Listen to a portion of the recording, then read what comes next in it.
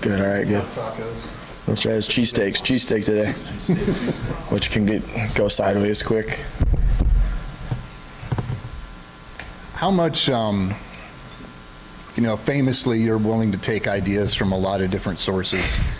How much do you pride yourself on your creativity, and how much do you, I guess, make sure you don't go overboard in trying to scheme up so many different things? Yeah, it can be hard because there's always, what if we did this, or it fits our personnel this way, so we could do it this way. And we are here and we watch a lot of the same guys, or the same games that everybody watches. We watched the Purdue Notre Dame game, and the Purdue guy throws it back to the quarterback. And we watched the Lions game last night, with Coach Rolls there, and they run the cool option play. So the light bulb goes on all the time. So it's hard, not to just put your foot on the gas pedal and overdo it, but it still comes back to us on what do our guys know and what can we go out there and do well, and how does it fit our guys. And sometimes it does, sometimes it doesn't. You don't want to overdo it because they're all good ideas and you can't run them all. So sometimes we'll start with a bunch of stuff and narrow it down throughout the week, and sometimes they hit and you like it, and sometimes they don't, but you got a feeling on it and you run it, kind of like some stuff last year, but it can be tough. It's the nice thing when you identify some of those other plays from watching other games, you can just file it away in like a secret vault or something, and you can just, hey, maybe we'll dip into that in week 6 or something. You know what I mean? That They're there, but they're not necessarily something you're repping all the time. Oh, for sure. Yeah, we have a library with that stuff, and the other part of it too is like, will Campbell yell at me if it doesn't work? I think about that a little bit too, so that's in the back of my mind. You've mentioned before, it took a while before Jaden became Jaden. Just from your experience and observation, what would you say are like the biggest hurdles that it takes for newcomers to learn the Iowa State offense? I think more than anything, like the fear of failure. Like you think you know what it's like to get out here and play in Jack Trice in front of all the fans, and the situations. Even, you play a tough game down at Arkansas State. They're all going to be tough games. Like, it's hard to put yourself in those situations, and sometimes you have to fail and realize, like, it's going to be okay. Like, I can handle it.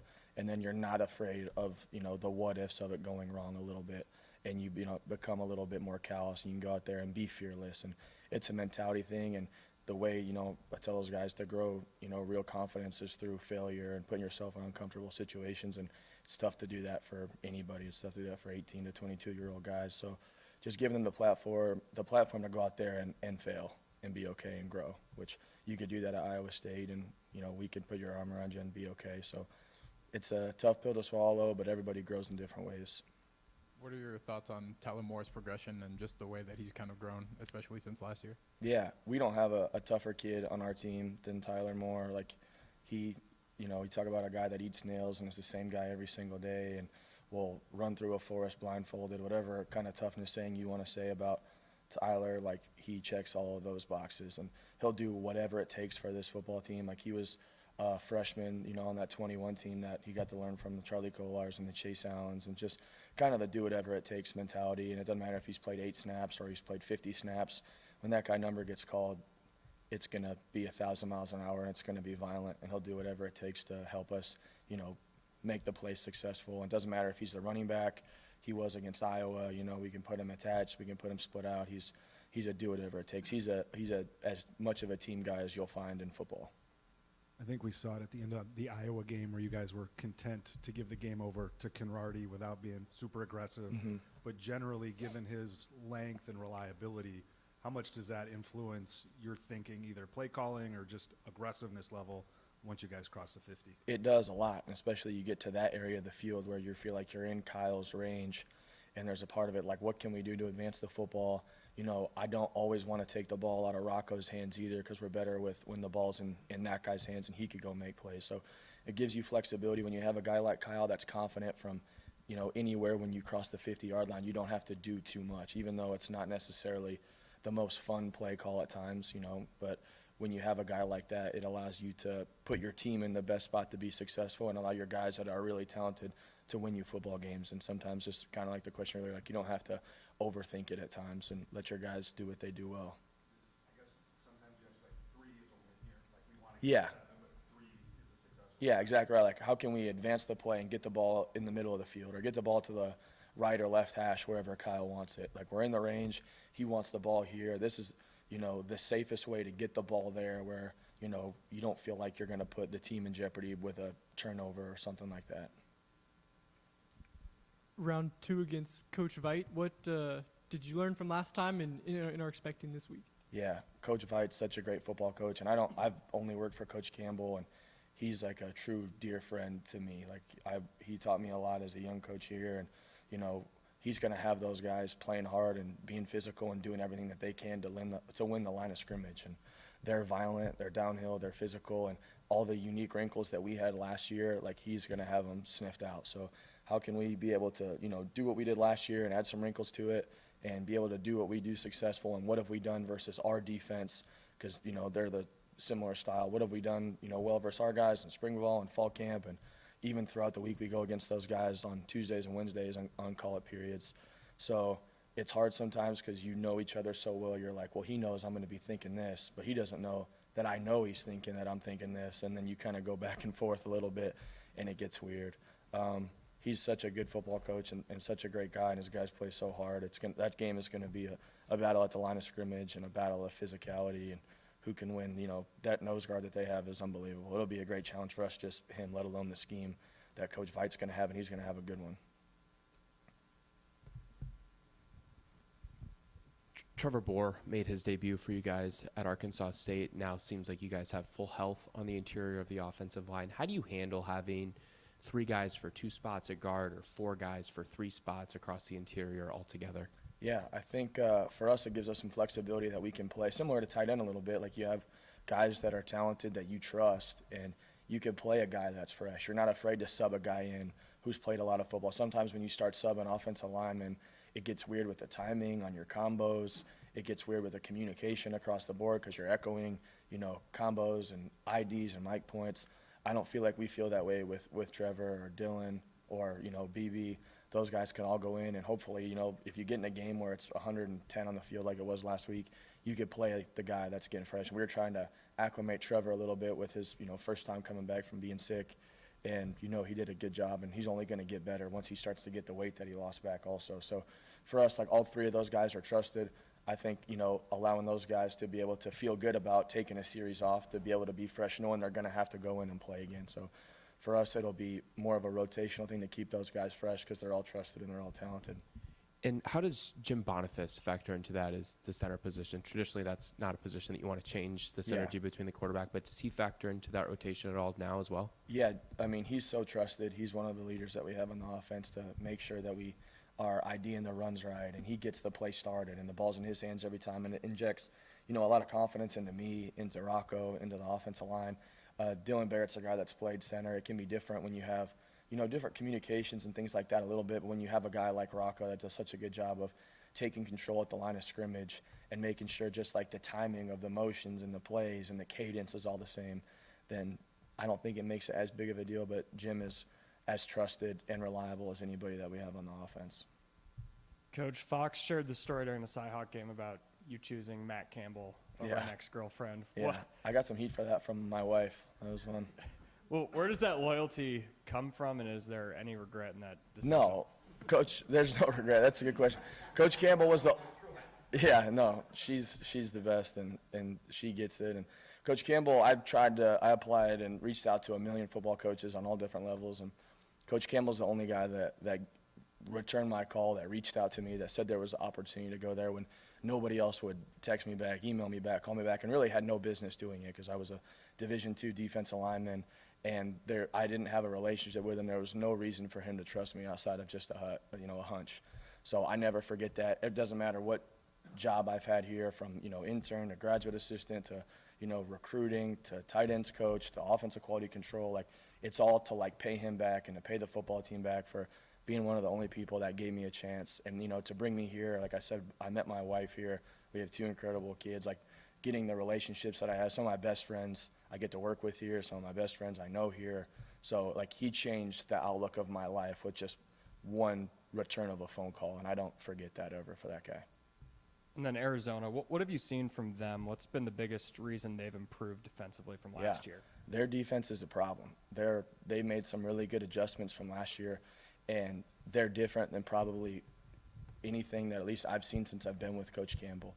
And just the changes that they've made from last year, the way that the defense runs the football, the blitzing, the twisting, the differences in fronts, it's a real challenge. And credit to those guys for, the turnaround they made. They have a lot of seniors on the defense that play really, really hard, and it's fun to watch, and it'll be an incredible challenge to us. But that defense that they have is really, really good, and they're going to be tough for us next week and for a lot of people going forward. They've done a great job. Coach, I was curious about your running back rotations when you have two guys in Abu and Carson who are kind of different skill sets, equally good in their own way. When you're going into a game, is it kind of preconceived how you want to divvy up the running back rotation, or is it going to be, based on the hot hand? Like, I feel like in some games we've seen Carson take the bulk of the carries in the fourth quarter. Just personally for you, how do you go about doing that during the game? Yeah, there's certainly a little bit in the back of my mind of who's in for which scheme that I think personally is better.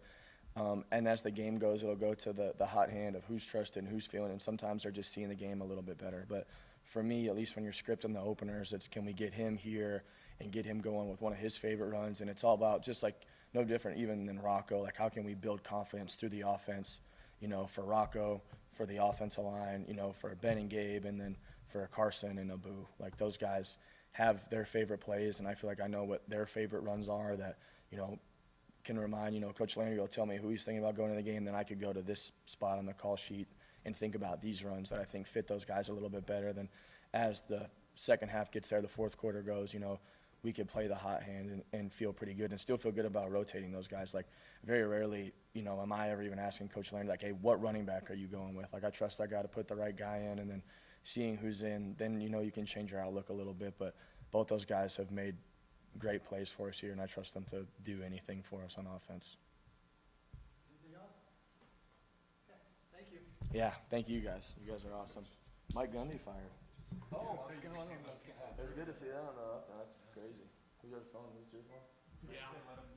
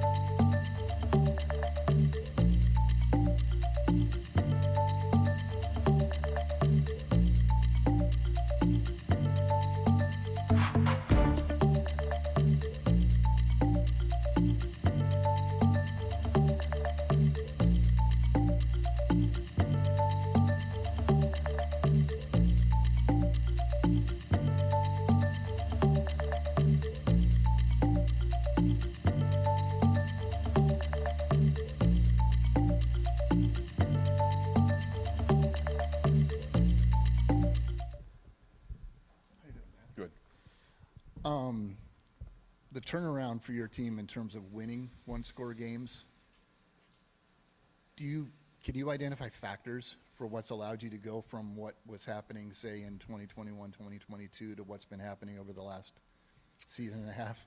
No, I think it's gone in ebbs and flows. I think when you look back to probably 17, 18, and probably 2020, we were really, really good in one-score games. I think the reality, fortunate or unfortunate, the life we live here, there's a lot of one-score games. So you're always going to live that. That's just how it goes. And the reality of it is the better we've been fundamentally and detailed enough to, win those games. And obviously there's been some tough moments where, we've been right there and couldn't make the play or weren't detailed enough in the moment to make the play. So I really don't. I think it really, I know I say this all the time, but we are in a world here at Iowa State that you're not getting, the human erasers that are just going to erase, let you play C football and win games. We're going to have to always play close to A football, and our detail's going to have to be spot on to win football games. Matt, is that why you've made toughness such a theme this year? Because it seems like those traits are the types of traits that allow you to shine in those moments. Yeah, I think at least understanding who we are and being here now long enough to understand what it is and what it's always going to be and what's going to allow us to win those games. I think having the knowledge that we've been through of seasons and, what it was going to take and what it's going to take for us to be our best, that value system is still at the utmost. And I think as our world changes around us, the value of are you tough enough to do what it takes every single day to come in here and go to work, to be your best, and to ask 18 to 22-year-olds to do it since July, to do it till the end of January. That's a lot. And, it's exhausting, and so is greatness. And so I think for us, the ability to be mentally and physically tough enough to stay the course to do it, I think that's a great challenge. And so, you're getting everybody's best shot. You're always, I think you've heard every other team's press conferences before they've played us, and it's a big game, and you're going to get their best shot, and it is what it is. But, we've earned the right to have that happen to us, and we've also earned the right to grow our own selves to be our best for those moments and those opportunities. Hey, Coach, I wanted to ask about Tyler Moore, a guy who's been here a long time, gone through some adversity with injuries, but has really stepped up, especially this past game at Arkansas State. Yeah, what a great story for us. He's been through so much, just physically almost. I think, 3 seasons have been cut short by a season-ending injury. I jokingly say this, you go watch Tyler practice and you're almost like, he's as tired as I feel, at some days, physically just exhausted. And yet when the snap and the whistle, between the whistle and the snap, man, that kid gives you everything you got every single day. And to watch him have some moments where that paid off on Saturday, it was really huge. He was incredibly productive. We probably don't win the football game if Tyler doesn't play the way he played for us last Saturday. And that's what team does. When somebody's down, the next guy's got to step up. And, watching what he's done when he has been injured, the spirit that he served our football team, the leader he's been when things haven't gone his way, what I really appreciate about him, he's been the ultimate teammate. He's been the guy that has, as disappointing and as frustrating as some of those injuries have been, he's been the guy picking everybody else. So you're not totally shocked when his number got called last Saturday. Man, he picked us up with his game. And it was great to see him healthy, great to see him out there making great plays for us, for sure. The news just broke about Gundy's firing at Oklahoma State. I know he was one that you really looked up to and like a mentor in this job. What are your thoughts on that news? Yeah, we're just in such a crazy time. It's obviously disappointing, and, you think the world of what he's been about. Obviously, what he did at Oklahoma State was exceptional and probably be really hard to replicate. And, unfortunately, we live in a world where the value of that sometimes is short-lived, and we're quick to forget how powerful and how impactful he really was on that community. So, I think the world of Coach Gundy and just really grateful for everything he's done for me, for sure. And then coming out of the bye week, how's the team's overall health, and you able to get some guys? We get a lot of guys back, which is really big for us. I think we were really dinged up. I think really everybody that you would ask me about is looks like we'll be back. The only guy that's probably not back this week is Kyle. I think the one thing positive for us with Kyle is it's not going to be a long-term situation. But it's, the reality of it is to be able to get, Gabe back, to get Willich back, to get John Klosterman back. I think those are huge. Aiden Flora back. I think all those things will really help our football team, and those guys are really good football players that we need to step into a powerful role and continue to move ourselves forward. I think the positive is so many guys, even last Saturday, got great reps, meaningful plays, and, we got to evaluate who those guys were and then even move into the bye week and continue to pour some great reps into to our football team. Who will be your kicker on Saturday? Yeah, Chase has been, he's kicked already a bunch this year. So, I think he's had he's kicked off 2 games, right? Didn't he kick off the whole South Dakota game? He kicked off the whole game last week, kicked off against Iowa. And then, he's been the point scorer and some extra points. So got a lot of confidence in him. And again, he's done a great job when his numbers gotten called and really been a great surprise for us. I thought he had a great fall camp. So have a lot of confidence in him. Athletic guy, played some quarterback did a lot. Yeah. So I think that mentality, and we've talked about that in times, sometimes those specialists, and I think those guys that have been, all sport players, it's been great because I think it gives those guys great confidence to go in and do their job. And he's got that kind of mentality for us, and we got a lot of belief in him. Does not having Kyle, or does it change your decision making in terms of the analytics and where you're comfortable with? Yeah, I think it all depends. I think a lot of it still is on weather, and I don't know how much that really changes who we are or what we're about. I think again, there's a lot of confidence from myself and our staff on what Chase can do. So, I think that's probably a lot of that is more ebb and flow of the game a little bit than it is maybe so much of what those guys can do. I think the great thing is Chase has showed to be very consistent when he's been in, and he's been able to do a really great job for us so far. Matt, Noah Fafita's mobility, what kind of stress does that cause a defense, and what do you have to make sure you do to keep him contained? Yeah, I feel like we've gotten a lot of athletic quarterbacks so far this year, and I think you guys have seen it as well as I have. It stresses the defense in every way, shape, and form. I think what you've seen from this young man is just a great confidence. Now year 2 in this system, year 3 is the starter. Boy, is he confident. He's confident where he's going with the football. He's got elite arm strength. He's got the ability to make all the throws, which is uber impressive.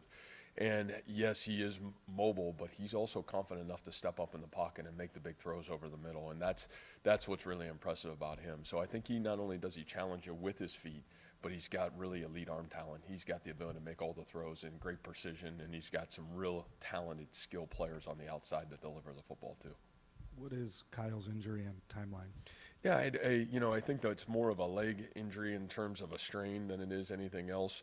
And I really think it's more week to week right now. I think we're certainly excited about that it's not a long-term deal, and I think he's excited. He's having a great year, but one of those situations we'll just go week to week with. And is Jace Gilbert out with an injury? Jace was. He got hurt in the South Dakota game after the first kickoff, so he'll be out. Hopefully we get him back by the end of the football season.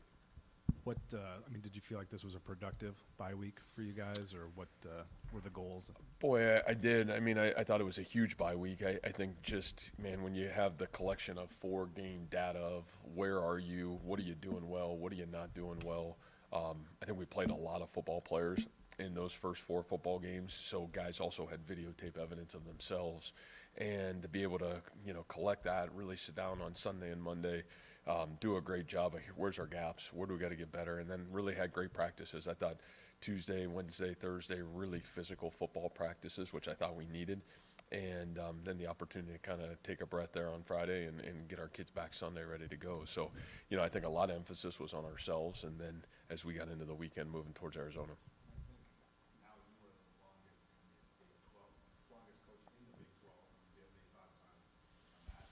Oh, boy, it doesn't sound like it's a good thing to be, So who knows? What else? How do you feel like your team got better during the bye week? Well, I don't know if we'll know until Saturday, to be honest with you. I think the hard part about having a bye week is the rhythm that you gain or lose by going into a bye week. And I think there's a maturity, and I'll throw the word toughness out again, that you have to kind of regain that momentum going into game week. And so I think this is be another great test. I know I've said this, 70% of Power 5 football teams lose coming out of the bye, and I think it's a real challenge because it's a mental toughness to continue to pound away at your habits and stay in that great routine that it takes to have a great Tuesday, great Wednesday, a great Thursday to go play the game on Saturday. So, I think the biggest thing you hope that you improved on is some of the fundamental things that, when you have 4 games and you kind of get tired along the way, some of those fundamentals and details can go by the wayside. You hope that we were able to kind of regain that. I saw that happen, in a positive way. And then now you got to get yourself ready to get yourself back into game week. And, you got a great team coming in here, a team that's undefeated, that's going to challenge you in every way. And, how do you show your growth from where you were the last time you were on the game field to the next time you're on a game field? So I'm excited for that challenge. Wide receiver Xavier Townsend had a big catch in the fourth quarter at Arkansas State. How have you seen him and Chase Sowell continue to kind of make their influence within the offense? I just think the biggest thing is their health. I think not being healthy all fall camp was a real challenge for them to get in rhythm, let alone learn a new offense and be in a new system. And so I just think those guys continuing to gain. I almost felt like by the end of that Arkansas State game, you were kind of at the end of fall camp for what, really Xavier and Chase was. That's a 4-week block that, was really kind of like their fall camp. So I think for them, what a great opportunity for them to step away. What I do well, what we do well, how do I get better? And then, for Rocco and those guys to really go to work on some of their rhythm. I think the big thing for Xavier, you felt like visually you saw him get better every single game that he's played over a 4-week period. I think Chase has really showed up in some really positive ways as well during that block. And, I think if you go back to, the last time when we had Jaden, it was really game 5 and 6 that it really took for him to kind of step into the offense and be successful. I think it was that Oklahoma game and TCU game where he really kind of came out. So, I just think there's a time and a growth period, and especially when you lose so much of fall camp, that's really hard. So I think you see those guys continue to fundamentally get better and feel comfortable in the offense for sure. In your observation, when it comes to newcomers learning the offense, what has been the biggest hurdle for them? Is it the offense complex to learn, or is it something else? Yeah, no, I think any offense probably has its own complexities to it, but I think the reality in different than when we had Jaden, there's a lot of really good players on this offense, so the ball can't just go to one guy. I think the reality of all of it looks like, man, does your number get called? And when it does get called, are you going to be ready to make the play? And, I think that's the great thing that you've seen from X. His number got called a couple times on Saturday. The coverage dictated him being open, and he was able to make some huge plays when it came open. I think Chase has had a couple of those moments in the last 2 games and made some really good plays as well. And so, I just think that's probably the fun thing about us. I know I said this, and I think I'll probably be a broken record on this. I mean, I think every game offensively, my guess is there's going to be new guys step up, because I just think the coverage, man, where the ball goes is going to be based on, what coverages and what defense come their way. And, I think one of Rocco's great strengths is delivering the football to where the defense is allowing the ball to go. And I think he's certainly grown immensely in that asset. You listed a bunch of players that you're optimistic that will be back on Saturday. Is John Tez also part of that list, though? What's his status? Yeah, John Tez was good Saturday. He kind of dinged up his foot. It was a bruise. We just didn't feel like, we were in a position to put him back in the game. We didn't know exactly what it was, but he'll be fine. He's totally fine. Practiced all last week, so not injured. Matt, last year, mobile quarterbacks kind of gave this defense some fits from time to time. You've already played a handful this year. Yeah. Where have you seen the most progression in the way they've been able to handle mobile quarterbacks this year?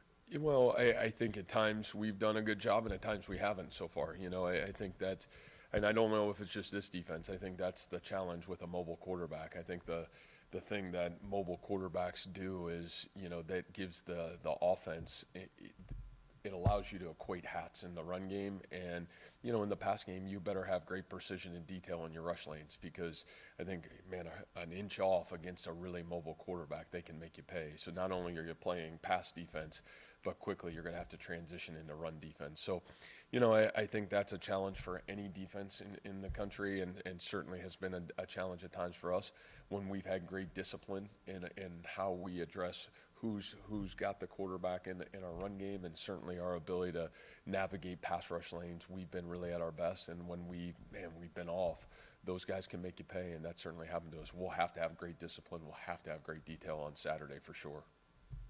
Coach, I know the roster limits got overruled this summer, but to have 2 kicker injuries in the first 5 weeks, how vital is it to keep the rosters where they are now to ensure a third kicker? Boy, I mean, it's, and I said this before the season, I think that's the hard thing in college football. You're asking all these teams to play a lot of games, right? In the NFL, there's a roster limit, but you can also add guys at all times, right? And so I think it is going to be vital. I mean, I think at some point, could you get to where we're fortunate we got Chase. I mean, Chase is a damn good kicker, and we're fortunate to have him. But, you know, you can imagine if you didn't have that situation, what a tough situation you could be in. And will that happen to some teams? I'm sure. You know, I just think that's the nature of our business. You're dealing with, you know, college 18 to 22-year-olds that are growing physically, and, you know, injuries are going to happen. You can't control that. So I think that is probably the one thing I was scared about when you said you're going to have a 105-man roster limit and not be able to replace anybody in your roster. Nobody still made sense of that rule to me, but I get it. You know, what do I know? But the reality of that situation is I think it can be certainly really challenging for sure. Oh, buddy, can you kick? Can you come? I don't put you on the roster. All right, I'm going to check on that. So that's a great question. Obviously, Kyle was put in the unique situation after Jace's injury of having to do kickoffs. What kind of strain does that put on a kicker's body, having to handle more things with something that he maybe wasn't expecting to do, or any strain on the body at all? I think minimal. I mean, most kickers in football do multiple things. I think we're probably the only school in America that would ever have somebody do one thing. So the reality of it is most kickers are doing both, and, you know, or punting and kickoff, or point scorer and kickoff. So, you know, I don't think that really had much to do with it. You know, he had been dealing with a lot here over the course of the last month, and, you know, we've tried to really do a great job, be smart. And again, I think that's why you saw Chase really. That's not really true. You know, those guys were splitting the reps of the kickoff. Both those guys did, you know, really both games. So, yeah, it's part of the deal. You know, I think both those guys, and especially when you talk roster limits today, boy, those guys are going to have to be multifaceted in terms of what they do for a football team, for sure. Awesome. Thanks, guys.